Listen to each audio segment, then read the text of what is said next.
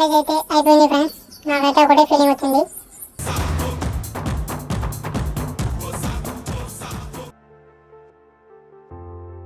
పోలా అదిరిపోలా, మిమ్మల్ని నేను బాగు చేయలేనురా.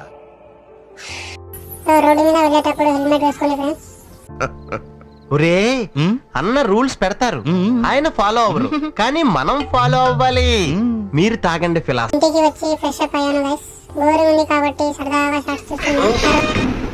రామ్ చరణ్ తేజ గారికి రాజమౌళి గారు, రవితేజ గారికి పూరి జగన్నాథ్ గారు. Few moments later. తర్వాత ఈవినింగ్ అయితే టీ అడ్డాకి వెళ్ళి కాసేపు ముచ్చట్లు పెట్టుకుని అయితే వస్తున్నాము.